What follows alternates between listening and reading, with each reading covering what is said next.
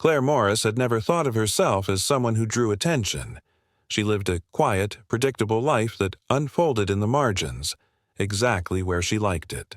A librarian at a small liberal arts college, she spent her days cataloging books and her evenings reading them. Nestled into the home her late uncle had left her in the will, a modest, two-story house on the edge of a suburban development governed by an HOA she barely interacted with. Her uncle, David Morris, had been a recluse by nature, rarely speaking to neighbors and never attending HOA meetings. Claire had only visited the house a few times as a child, mostly remembering it for the thick velvet curtains, the scent of pipe tobacco, and the sense that her uncle had secrets tucked into every corner. After his sudden death, a stroke while gardening, the coroner had said, Claire inherited the property, packed her life into a handful of boxes, and moved in, thinking of the place as both a refuge and a project. The house, though old, was in decent condition. She replaced the carpets, painted the walls, and started adding her own touches, one room at a time. There was only one space she hadn't touched: the basement. Her uncle had always referred to it in clipped tones, calling it the archive, and he kept it locked, even from visiting family. The heavy wooden door at the base of the stairs had remained sealed since Claire's arrival, a dull brass key hanging from a hook inside the hall closet. Out of respect, or perhaps inertia, she hadn't opened it. There had always been more pressing things to do, and something about disturbing the last, truly private part of her uncle's life felt wrong. Besides, she had enough space upstairs, and the basement was easy to forget. That is, until the HOA meeting. It was the kind of event she usually avoided, but a new mailer had arrived with bold red lettering across the top.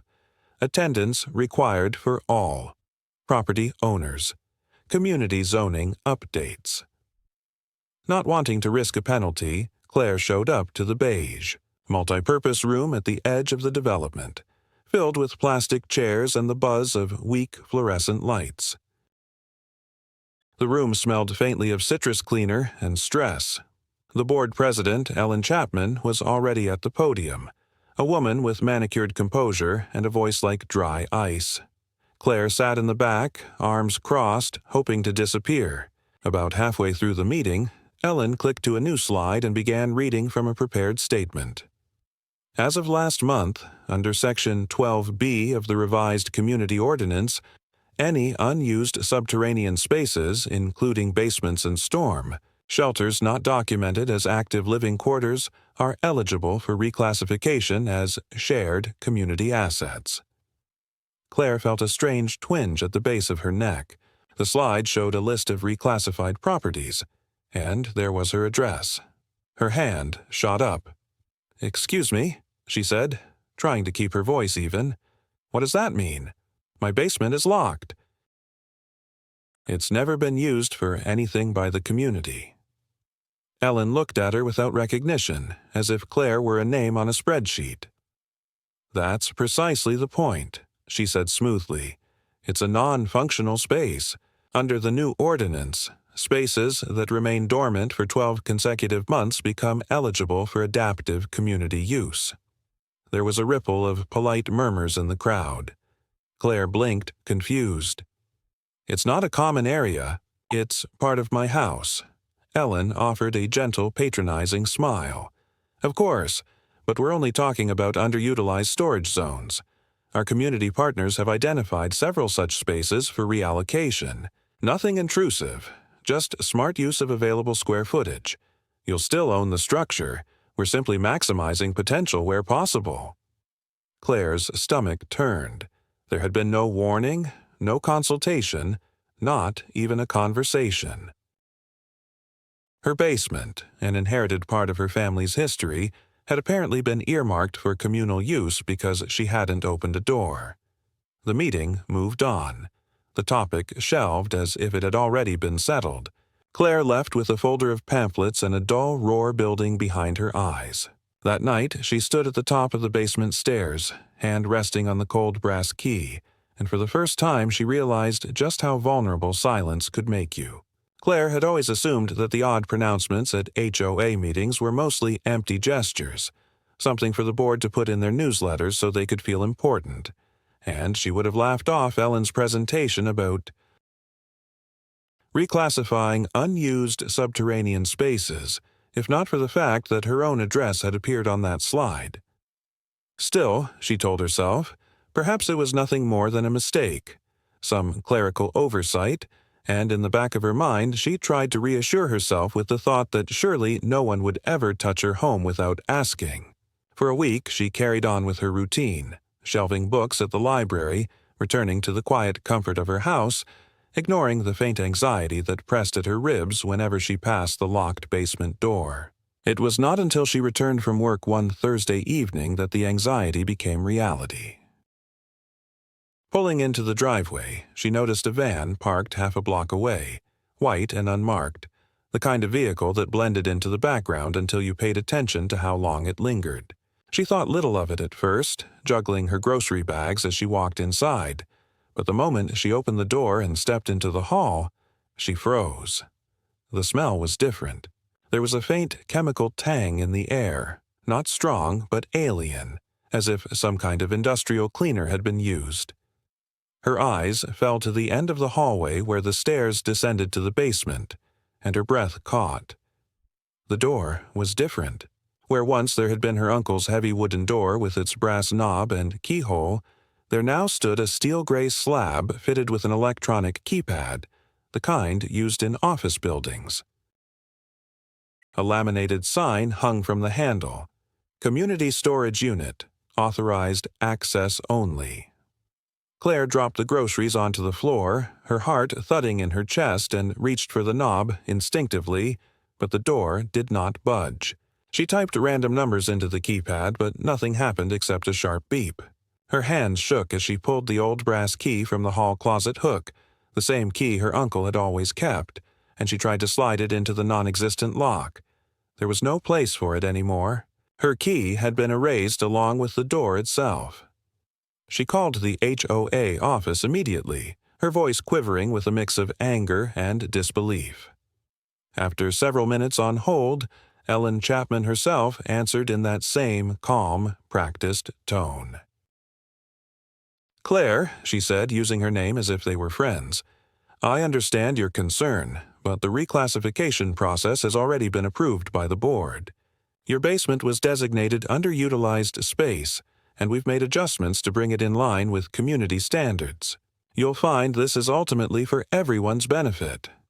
Claire demanded to know who had entered her house without permission, who had authorized workers to replace her door, but Ellen was unmoved. "The board has authority in matters of reallocation," she said, "and as per Section 12B, unused areas revert to common designation. I assure you nothing personal has been removed. The basement is simply better utilized now." Claire felt her throat tighten, her pulse pounding at her temples as she tried to argue, insisting that the basement was not a communal zone. It was part of her deed, her inheritance, her home. But Ellen cut her off with a firm but gentle finality that felt like being smothered. "If you'd like to submit a dispute," she said, "the process is outlined in your community handbook. In the meantime, please refrain from tampering with the installed access system. Doing so may result in fines or legal action." And with that, she ended the call. The next morning, Claire awoke to find an envelope taped to her front door. Inside was a printed notice on HOA letterhead that read, "Attempting to access community storage without authorization constitutes a violation. Please be advised that repeated attempts may result in penalties." Below that was a list of arbitrary fines, ranging from $250 to $1,000, with no explanation of how they might be applied. Her hands trembled as she read it, a mix of rage and helplessness coursing through her. She had never been a fighter. Confrontation left her drained, but now her private space had been taken, transformed and claimed in her absence, and her protests were dismissed as if she were a child misbehaving. Days passed and the tension grew thicker. At night, Claire heard noises from below, Footsteps, the scrape of heavy objects being dragged, muffled thuds that vibrated faintly through the floorboards. Once she thought she caught the faint buzz of a machine running, the rhythmic hum of a compressor or cooling unit, though she could not be sure. When she walked past the basement door, a draft of cold air seeped out around the edges, as if the temperature inside were being controlled. Her imagination conjured pictures of strangers moving through her uncle's archive, shoving aside the stacks of boxes she had never opened, filling the space with crates and equipment that did not belong there. One evening, as she sat in her living room trying to read, the sound of keys jangling reached her ears. She jumped to her feet and hurried into the hall just in time to see the keypad light up with a soft green glow. The door swung open, and two men in blue polo shirts stepped out carrying plastic bins. They glanced at her briefly, neither smiling nor apologizing, before walking straight past her and out the front door. "Excuse me," she stammered, but they ignored her completely as if she were invisible. She followed them outside, but by the time she reached the yard, they were loading the bins into the back of the same unmarked white van she had seen before. The engine started, and within seconds it was gone, leaving her standing in the cold with her fists clenched. For the first time since inheriting the house, Claire felt it no longer belonged to her. The walls were hers, the keys were hers, but the core of the home, the space that held her uncle's secrets and her family's history, had been invaded, walled off, and turned into something unrecognizable, and the people responsible were not intruders. In the shadows, but officials with documents, ordinances, and rules written in sterile legalese. The basement was gone, claimed by a faceless authority that did not care for ownership or sentiment. That night, Claire sat at her kitchen table with the useless brass key in her palm, staring at it until her eyes blurred, and she realized the real horror was not that someone had stolen her space, but that they had done it openly, confidently, and with the assurance that no one would stop them. Claire told herself she would not let the matter rest, but every attempt to reclaim her basement only seemed to draw her deeper into a labyrinth where rules bent in directions she could not follow, and every word from the HOA carried the weight of something final, as if their decisions were carved into stone. On Monday morning, she drove to the HOA office, a sterile suite of rooms inside a strip mall with frosted glass windows that made the interior feel even less welcoming. The receptionist, a woman with lacquered nails and an expression as unyielding as the plastic plants on her desk, asked her to sign in and wait. Claire sat in one of the vinyl chairs that lined the wall, her fingers knotted together in her lap, while a muted television in the corner played a looping promotional video about building community through cooperation. After nearly half an hour, Ellen Chapman appeared from a side door, carrying a folder and smiling in the brittle way that suggested she was already bored of the conversation before it began. They sat in a small conference room, its walls bare except for a clock that ticked too loudly. Claire explained carefully at first, and then with rising urgency, that her basement was part of her deed, that her uncle had left her the entire house, and that no clause in her ownership could possibly allow strangers to enter and refit it as they pleased. Ellen listened, nodding at intervals, but her eyes kept flicking down to the folder in her hands. When Claire finished, Ellen slid a sheet of paper across the table. It was a copy of Section 12B of the revised ordinance, the same passage she had recited at the meeting. Highlighted lines claimed that any unused subterranean utility zone, unoccupied for 12 months, could be reclassified as common-use space. The board followed procedure, Ellen said, her voice firm but polite. We understand this may feel disruptive, but we're bound by our own regulations. Your personal effects, if any, have been cataloged and remain in storage. Access can be arranged if you submit a written request at least 2 weeks in advance. Claire's hands trembled as she pushed the paper back. You don't have the right to redefine the structure of my house. It's not an attic I left vacant. It's part of my deed. My property. Ellen tilted her head, her smile thinning. With all respect, Property within this community operates under collective guidelines. That's what you agreed to when you accepted the inheritance. The words struck like a slap. Claire had never signed anything with them. She had simply taken over the house after her uncle's death, and the HOA had treated it as implied consent. She argued, her voice cracking, but Ellen leaned back with practiced detachment. "You're welcome to contest it formally, but I advise against rash action." Repeated interference could be interpreted as non-compliance, and non-compliance carries penalties. We all want harmony here, don't we? Claire left the office shaking, humiliated, and more uncertain than before. That evening, she searched through her uncle's papers, digging through the musty boxes stacked in the upstairs study. She found his will, his property tax receipts, his homeowner's insurance. Every document reaffirmed that the house, basement included, belonged solely to him and now to her. Yet nowhere did it mention the HOA, as if he had deliberately kept them at arm's length. This discovery gave her a brief surge of confidence, but it faded quickly when she noticed a new envelope tucked under her door the next morning.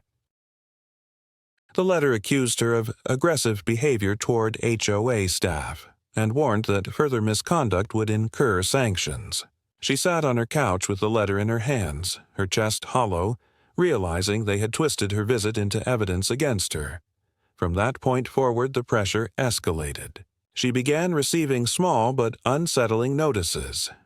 Fines for excessive shadowing vegetation, warnings about irregular trash placement, even a citation claiming her porch light emitted non-compliant brightness. Each envelope arrived with the same, polished letterhead, each one eroding her sense of stability. Neighbors who once waved politely now avoided eye contact, and one morning she found a note slipped anonymously into her mailbox. "Stop fighting them. You won't win." Her nights grew restless, punctuated by the sounds from below. She heard the squeal of casters rolling across cement, the dull clang of metal against concrete, voices murmuring in tones too muffled to catch, but clear enough to prove she was no longer alone in her own home. Once she pressed her ear to the basement door and recoiled when she felt a faint vibration under the wood, like machinery running just beyond reach. She began to dread crossing the hallway, the cold glow of the keypad a constant reminder that her uncle's archive now pulsed with someone else's purpose. One evening, summoning courage she didn't know she had, Claire confronted two men in uniforms when they emerged from the basement carrying another load of containers. She blocked their path, demanding to know what they were storing. The taller man, his face expressionless, simply held up a laminated badge clipped to his shirt that read, "Authorized Contractor, HOA." "Step aside, ma'am," he said in a flat voice, and when she refused, he muttered something into a small radio, clipped to his belt. Within minutes, Ellen herself appeared at the front door, accompanied by another board member, both of them calm and smiling as if they had rehearsed the scene. Ellen gently took Claire by the arm and moved her aside, whispering, "Obstruction is grounds for violation. Don't make this harder than it needs to be." The contractors walked out without hurry, the bins loaded into yet another unmarked van, and Claire felt herself collapse inward, powerless against the performance. That night she sat at her kitchen table with every light in the house burning, the silence pressing around her. For the first time, she thought not only of the basement, but of the entire house, wondering how long it would take before the HOA found another ordinance, another section of rules, to claim something else. The escalation was no longer about one door, it was about the erasure of her ownership, the systematic grinding down of her will to resist. Her uncle had kept the basement locked for reasons she could not yet fathom, but now she understood something he must have known all along. Once you gave them an inch, they would take the foundation. Claire knew she could not continue in a fog of fear and confusion, so she resolved to find out exactly what legal ground, if any, the HOA truly stood on. She spent long evenings hunched over her uncle's cluttered desk, going through the brittle folders he had left behind, tracing his neat, old-fashioned handwriting on documents that bore dates stretching back decades. Most were routine: utility bills, insurance forms, tax statements, but eventually she uncovered a manila envelope marked in his careful script with the words, "Basement, Private." Inside, along with a set of faded photographs showing the basement in its original state before renovations, was a notarized letter from nearly 30 years ago in which her uncle formally declared that the basement had been excluded from any community easements under a special arrangement with the county office when the neighborhood's HOA was first established. The document bore the county seal and a signature from a registrar whose name she did not recognize. It was not ambiguous, not a draft or a proposal. It was a finalized exemption stating clearly that the basement was his sole property, immune to HOA interference. Claire's pulse quickened as she read it over and over, afraid her eyes might betray her. Here was proof, something tangible that contradicted Ellen's recitations of Section 12B and all the smug warnings about compliance. She made copies and tucked the original carefully into a protective sleeve. Yet even with this discovery, she did not feel secure, for experience had already taught her how easily the HOA twisted facts and ignored inconvenient truths. She needed an ally. After some hesitation, she called a local attorney whose name she found online, a man named Daniel Rice, who specialized in property disputes. His voice was calm, measured, skeptical at first, but when she mentioned the exemption letter, his tone sharpened. He agreed to meet the next day at his office downtown. Daniel's office was small, lined with books and case files, but the man himself exuded a steady confidence that immediately steadied Claire's nerves. He examined the letter under the light, running his finger along the seal, then nodded slowly. "This is legitimate," he said. "If this is in the county registry, then your basement was never subject to HOA governance. Their ordinance changes can't retroactively erase exemptions. That's not how law works." Relief washed through her, though it was fleeting, because he added, "But proving it won't be simple. They'll claim the exemption was voided by bylaw revisions. They may even suggest it's fraudulent." HOAs rely on homeowners being too intimidated to push back. We'll need records from the county to corroborate this document, and they're not always cooperative. Claire agreed to whatever steps were necessary, and over the following week she and Daniel began digging. They submitted records requests, searched microfilm archives, and tracked down names connected to the original neighborhood development. Slowly, a pattern emerged.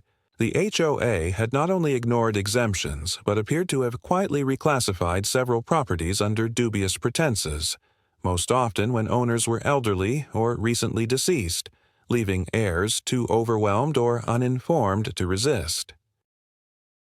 In at least 2 instances Daniel uncovered, basements and garages had been seized in the same manner as Claire's, transformed into community storage units that were in reality rented out to third-party companies.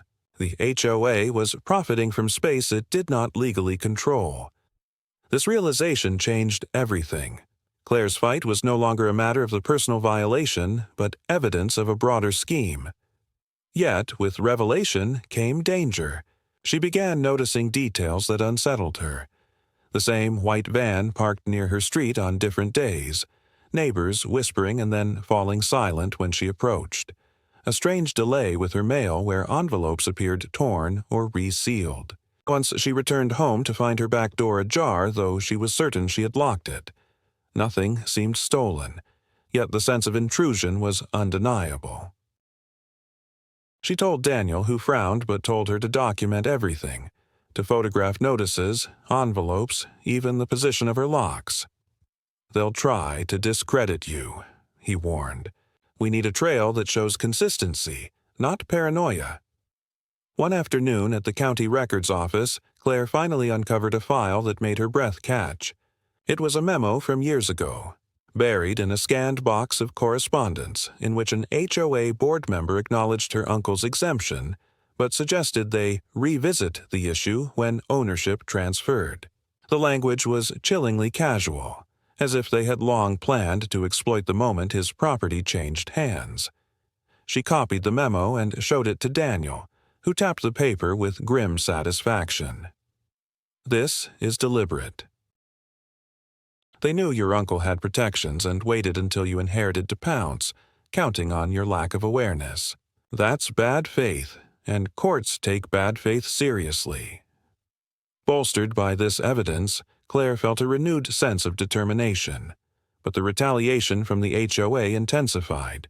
She returned one evening to find an official notice taped to her door accusing her of harassment of authorized contractors and threatening immediate fines. 2 days later, her water service was mysteriously interrupted, only to return hours later after she called the utility company, who insisted no maintenance had been scheduled.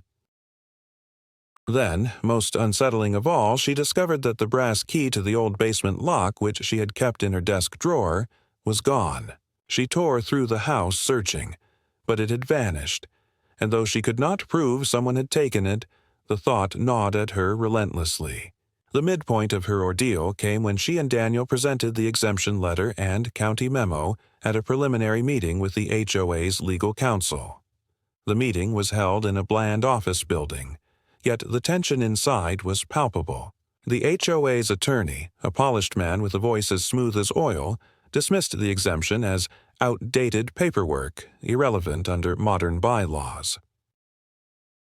When Daniel countered with the county memo acknowledging its validity, the attorney's smile faltered, if only for a second, before he regained his composure and muttered that such claims would have to be tested in court. For Claire, that fleeting hesitation was the first crack in the wall she had been pounding against for weeks. She left the meeting with Daniel reminding her, "They're not invincible. They just want you to believe they are." That night, walking through her house, she paused at the basement door. The keypad glowed in the dim hallway, steady and indifferent. Yet instead of fear, she felt a grim resolve settle in her bones. They had taken her basement to use as a pawn in their scheme, but she had uncovered proof of their duplicity, and with Daniel's help, she was no longer a solitary woman shouting into silence. She was armed with evidence, allies, and the conviction that her uncle had left her not just a house, but a warning. You do not yield what is yours, no matter how many people tell you it belongs to them. The days following the preliminary meeting did not bring relief, only a sense that the HOA had retreated temporarily to gather strength before striking again. Claire began to feel the walls of her own home close in around her as the subtle aggressions transformed into open intimidation. The notices arrived daily now, each one more absurd than the last. Violations for a supposedly unsanctioned window covering, because she had hung curtains, warnings about potential safety hazards after a board member claimed her garden hose was coiled incorrectly on the side of her house, even a citation for non-compliant mail receptacle, despite the mailbox being the same one her uncle had used for decades. She taped them all to her refrigerator in a grim collage, evidence of harassment dressed as bureaucracy, each sheet of paper another attempt to grind her into submission. The noises from the basement grew more persistent, no longer confined to faint hums or muted thuds, but loud enough to make her heart pound in the middle of the night. She heard metal clanging, boxes scraping, and once what sounded unmistakably like laughter drifting upward through the floorboards.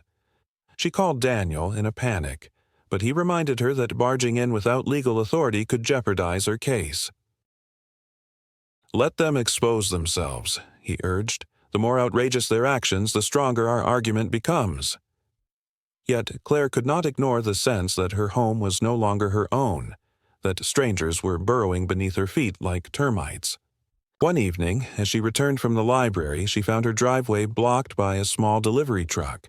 2 men were unloading shrink-wrapped pallets stacked with large cardboard boxes, and without a word they wheeled them directly into her basement through the keypad door. Claire demanded to know what they were storing, her voice shaking with anger, but they ignored her entirely, brushing past as if she were a ghost. She stood in the driveway, her fists clenched as the truck pulled away, leaving her with the chilling knowledge that her basement was now functioning as some kind of clandestine warehouse. Later that night, she crept to the hallway and pressed her ear against the door, straining to catch any sound, and swore she heard the hiss of a sealing machine, followed by the low rumble of a refrigeration unit. The harassment outside her house escalated as well. Trash cans she left neatly by the curb were overturned and scattered across her lawn. Deep scratches appeared on the side of her car, gouges too deliberate to be accidental. Twice she found envelopes in her mailbox torn open, their contents removed and replaced with blank sheets of paper. The most disturbing incident occurred when she came home to discover her living room window ajar, the curtains swaying slightly in the evening breeze. She rushed inside, her heart hammering, but nothing appeared stolen. Only later did she notice the faint scuff marks on the floor near her desk, as if someone had briefly moved her chair to look through her drawers.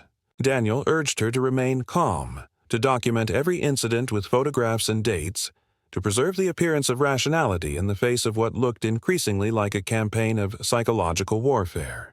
He assured her that the exemption letter and the county memo were powerful tools, that the HOA would collapse under scrutiny if they dared push this to court. Yet his reassurances did little to quell the gnawing fear that grew sharper each night, when she lay in bed listening to the faint mechanical drone vibrating up from beneath her floorboards. The breaking point came when Claire attempted to confront Ellen directly at another HOA meeting. She arrived clutching copies of the exemption letter and the memo, prepared to speak during the open forum portion.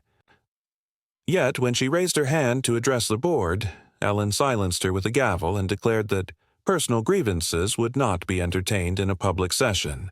When Claire insisted, her voice rising with frustration, Ellen's expression hardened, and she announced that Claire was being cited for disruptive conduct. Security was called, not police, but two uniformed contractors who stepped forward with stony faces and asked her to leave. She felt every pair of eyes in the room fixed on her, some pitying, others smug, as if she were the spectacle everyone had expected. The humiliation stung more deeply than she could have imagined, and she left the hall with tears burning in her eyes, clutching her papers like worthless scraps. 2 days later, an official notice arrived declaring that her property was under probationary review for non-compliance. The letter warned that continued violations could result in suspension of her voting rights within the association, and though Claire did not care about voting, the language carried an ominous undertone, as if they were preparing to escalate toward something irreversible. Daniel interpreted it as a bluff meant to intimidate, but Claire sensed something darker, a calculated move to strip her of any voice before they made their next play. That weekend, unable to resist any longer, she attempted to breach the basement herself. She waited until midnight when the neighborhood was silent, then retrieved a hammer and chisel from her garage. Kneeling before the keypad, she began prying at the edge of the frame, sweat beading on her forehead as metal groaned against metal.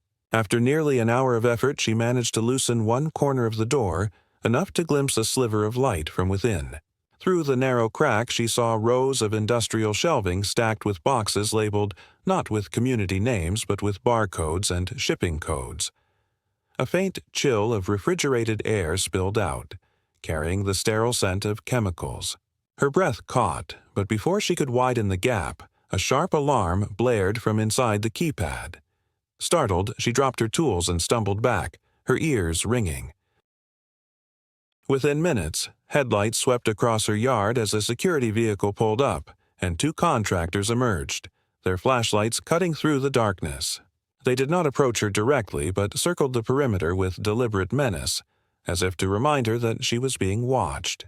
Shaken, Claire fled back inside, her mind racing with questions that spiraled toward a single, horrifying conclusion. The HOA had not simply commandeered her basement for storage, they had transformed it into a covert hub for something far larger, something hidden beneath the guise of community management. Whether it was contraband, illicit pharmaceuticals, or evidence of financial fraud, she could not know, but she understood now why Ellen and her board were willing to go to such extremes to silence her. She no longer felt like a homeowner in a petty dispute, but like a lone witness standing at the edge of a conspiracy.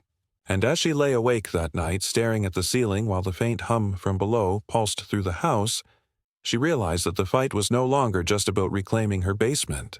It was about survival, about proving she was not crazy, about ensuring that the truth, whatever it was, could not be buried in the cold, locked space beneath her feet. Claire knew the breaking point had come when Daniel finally received a court date for an emergency injunction. The paperwork had been filed, the exemption letter and the county memo included, and now they had a chance to force the HOA to defend itself under oath rather than behind layers of memos and cold-form letters. Yet, the night before the hearing, Claire could barely breathe. Her house felt like a trap. Every creak of the floorboards a warning. Every hum from the basement a reminder that the people she was fighting had already entrenched themselves inside her home. She sat at her kitchen table staring at the useless brass key, its dull gleam mocking her, when headlights flared through the window. A car stopped outside, doors opened, and she heard the heavy thud of boots against pavement. Then came the sound that made her blood run cold, the beeping of the basement keypad as someone entered. She grabbed her phone and crept down the hallway, her heart slamming against her ribs. The door opened and 3 men in contractor uniforms stepped into the house, not carrying boxes out as before, but heading deeper inside with clipboards and flashlights. She demanded to know what they were doing, her voice trembling, but they ignored her, moving with the certainty of people who believed they had every right to be there. One muttered into a radio, and a crackling voice replied, "Document everything before the hearing." It was no longer about storage. They were preparing for court by manufacturing whatever narrative they needed, perhaps cataloging items in her home to twist into violations. In that instant, Claire realized she could not remain passive. Summoning a courage that surprised even herself, she shouted that they were trespassing and snapped photographs with her phone. The flash startled them, and one lunged forward to snatch it from her hand. Claire bolted back toward the kitchen, adrenaline flooding her, and dialed Daniel with shaking fingers. He answered groggily but grew sharp when she gasped out what was happening. "Stay where you are. Keep recording. I'm calling the police right now," he ordered. For the first time, she felt a sliver of safety knowing someone outside these walls was aware in real time. The men hesitated, clearly torn between finishing their inspection and fleeing before law enforcement arrived. After a terse exchange among themselves, they retreated to the basement and slammed the heavy door shut, leaving Claire gasping against the counter, her phone still recording, proof that she had not imagined it. The next morning, in court, Daniel presented everything: the exemption letter, the county memo, the photographs of the men inside her house, even the audio recording of their radio chatter. Ellen sat stiffly at the defense table, her expression composed but her hands twisting faintly in her lap.